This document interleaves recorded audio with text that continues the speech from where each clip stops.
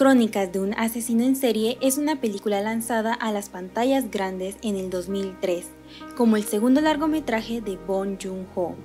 Es del género de suspenso policíaco, pues cuenta la historia de un grupo de detectives, Park Do-man, Seo Tae-yoon y Cho Yun-ko, quienes tratan de encontrar a un asesino en serie que mata a mujeres con cualidades específicas.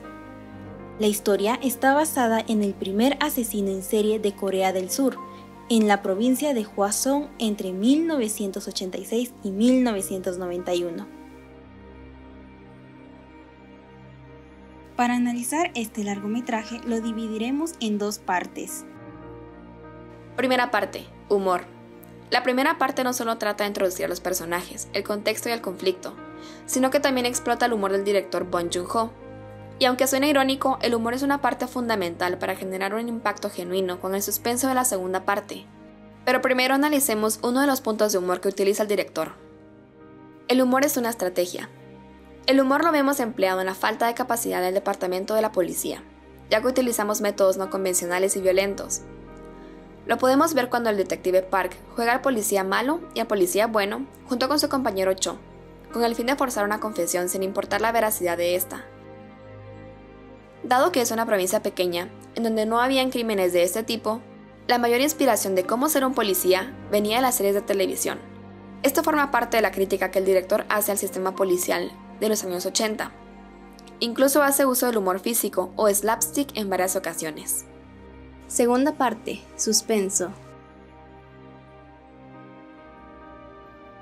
Aquí la película pasa a ser un thriller policíaco. Vemos cómo escala de humor a seriedad y consternación cuando se dan cuenta de la gravedad del asunto y su impotencia ante los diferentes asesinatos.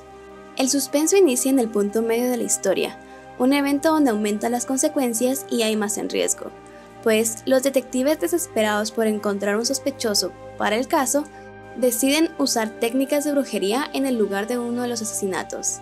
Posteriormente llega el detective Seo para ver nuevamente la escena del crimen, cuando se acerca un hombre que parece sospechoso, y, por un error, este se les escapa, y aquí deben dejar sus diferencias de lado y trabajar como un equipo. En este momento vemos la unión de los tres personajes. Esta escena demuestra cómo los detectives dejan de lado sus métodos de película y se empiezan a basar en juicios razonables, tomando en cuenta la evidencia, como la conexión entre la ropa roja de las víctimas y la ropa interior roja del trabajador. Bong Joon-ho también refuerza una conexión humana entre el detective Seo y una estudiante de secundaria. Por un lado, para empatizar con los personajes, la trama y exponer la crueldad del asesino, quien actúa como un monstruo de instintos incontrolables. Y por otro lado, ser el detonante del clímax y del arco del personaje del detective Seo. Otra de las razones por la que esta película se encuentra entre la lista de los 101 mejor guiones, según el Writers Guild of America West, es debido a la cantidad de subtemas que se tocan, desde la crítica hasta el ámbito histórico. La crítica. Uno de los puntos que destaca el director durante el largometraje es la organización y metodología empleada por el Departamento de Policía del Corea del Sur, específicamente en los años 80. En ese tiempo, los detectives trataban a los sospechosos como animales, dejando de lado su dignidad, pues solo buscaban sacar la respuesta que ellos querían escuchar para cerrar los casos. A los sospechosos los despojaban de su ropa, dejándolos únicamente con la ropa interior, lo cual representa un estado de vulnerabilidad. Además, se implementaban métodos de tortura para que las personas confesaran o incriminaran a otras. Todo esto es parte de un crimen contra la humanidad, en la que tratan a las personas como a alguien inferior e incluso no les daban la oportunidad de hablar con la verdad. En Crónicas de un asesino en serie, vemos que el detective Park juzgaba con sus instintos quién era culpable y quién era inocente, posiblemente porque en esta provincia no se habían enfrentado a un asesino serial. Al inicio, se puede ver que la escena del crimen no está marcada. Hay personas caminando en los alrededores, hay niños jugando e incluso el forense no ha llegado. El uso de la violencia se ve mayormente en el detective Cho, dado que en las salas de interrogaciones e incluso cuando tienen intervenciones en el exterior, opta por dar golpes para lograr que los sospechosos hablen y que hagan confesiones falsas. En el primer interrogatorio de la película, en el cual tienen a un joven con retraso mental y que ha sufrido varios traumas a lo largo de su vida, Cho se coloca un protector en el zapato derecho porque no le gusta tener marcas de sangre, dando a entender al espectador que dar golpizas es algo que hace frecuentemente y que él ve normal. Hiperimaginación. Cuando se habla de ficción, no se trata de verdad, pero sí de verosimilitud. Es decir, lo que podría pasar de manera racional. Bong Joon-ho tiene una sensibilidad que le permite transmitir lo que sucedería cuando se abusa de la imaginación. Plantea cómo la hiperimaginación es una evasión de la realidad, que evita conocer los límites que se tienen y vivir en un mundo falso. En la película sería cuando el detective Park cree que por ver series policíacas sus casos se resolverán de la misma manera. Su imaginación se desboca y le impide ver la realidad hasta el punto de rechazarla. Por otro lado, se ve cómo crea las pruebas de los casos que investiga. Su papel como investigador se reduce a buscar pertenencias con las cuales pueda inculpar a los que él cree que son culpables. El ojo de detective. El ojo de detective es otra herramienta que utiliza para hacer una reflexión sobre los límites humanos. Park tiene una conversación con su jefe, en la que le asegura que él puede decir quién es culpable con solo verlo, y su jefe lo pone a prueba preguntándole quién de los dos hombres lastimados es el criminal, donde solo los mira fijamente. Otra referencia es su cuaderno con fotografías de los posibles sospechosos. Sabemos que está apegado a ese cuaderno, lo carga siempre, lo observa, incluso cree que la chamana podría decir quién es el culpable con solo verlo. Pero luego se da cuenta que esa no es una solución real para hallar al asesino. Ese punto de quiebre se simboliza cuando se deshace de las fotografías. Convierte un cuaderno de sospechosos en un horizonte que engloba la condición de la libertad. Él se libera conociendo la realidad para encontrar soluciones reales. Con esta transformación del personaje, él empieza a cargar imágenes de los verdaderos sospechosos. Acepta que no sabe distinguir culpables con solo verlos, incluso cuando tiene a su sospechoso número 1. Solo necesitan las pruebas de ADN que vendrían de los Estados Unidos para tener pruebas sólidas. Sin embargo, estas dan negativo. El momento en el que lo mira a los ojos y se pregunta si realmente es el asesino, no puede verlo, porque no es posible. Evolución moral de los personajes.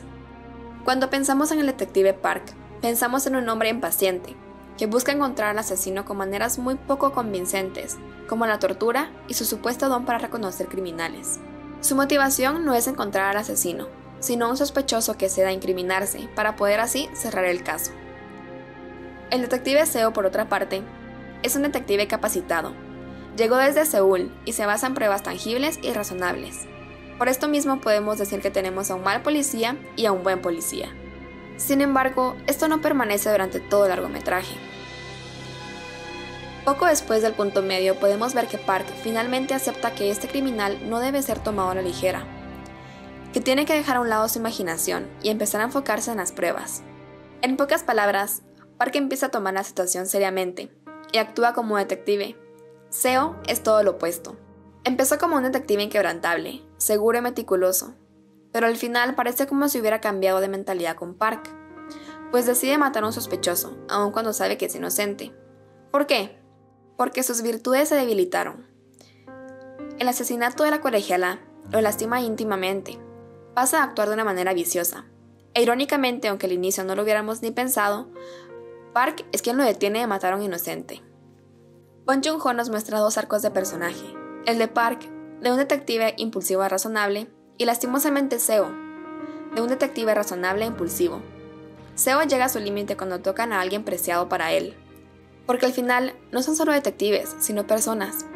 Y es que la película no se basa solo en el asesino y cómo nunca lo capturaron, sino en la policía de los años 80 y lo poco capacitada que estaba, en la naturaleza humana y lo cambiantes que podemos llegar a ser. Animalización. Como mencionamos anteriormente, se tocan diferentes temas, entre ellos la naturaleza humana. Tomaremos de referencia a Aristóteles, pues él reconoce que hay 3 tipos de vida: la vegetal, animal y racional. En Crónicas de un asesino en serie predominan 2. La vida animal es representada por el detective Park y Cho, y también el asesino, mientras que la racional es representada por Seo, lo cual vemos cambia al final de la película. La vida animal se basa en nuestros instintos y sentimientos. Park y Cho, como vemos al inicio, no están acostumbrados a tratar crímenes de alta magnitud.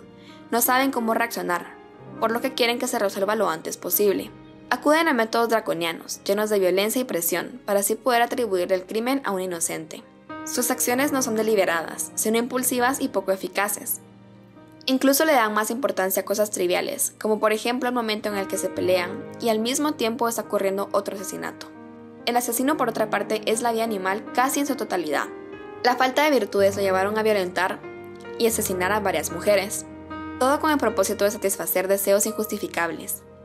Y algo que es aún más mórbido es el hecho que iba más allá de la satisfacción física que le producía, pues llegó a violentar y degradar tanto a las mujeres que incluso se encontraban objetos externos dentro de sus cuerpos. La vida racional, como habíamos mencionado anteriormente, es representada por Seo. Este tipo de vida hace referencia a la inteligencia y voluntad, y es la clave para poder ser virtuoso. Por esto mismo, Seo era un buen detective. Antes de tomar medidas drásticas, deliberaba, tomaba en cuenta los hechos y unía actos con consecuencias. En muchas ocasiones avanzó en el caso, como por ejemplo al encontrarse a la mujer de la leyenda del baño, o cuando se da cuenta que el primer sospechoso en realidad era un testigo. Pero como hemos hablado, esto no dura, porque Seo no contaba con que el asesino fuese a tocar su punto débil, el punto que lo desestabilizó, le nubló la razón y lo llevó a actuar meramente por impulso. Crónicas de un asesino en serie es una obra de arte cinematográfica creada por el director Bong Joon-ho, porque no solo toma elementos de la historia en base a los hechos reales y al contexto de la época, sino que también introduce un alto nivel de simbolismo dentro de los personajes e incluso en el montaje. Un gran ejemplo es el último plano, en donde el personaje principal ve directamente a la cámara. Esto se debe a que en el año 2003 el asesino seguía en las calles, y muy probablemente vería la película. Así que para el director, ese último plano es como ver a los ojos del verdadero asesino.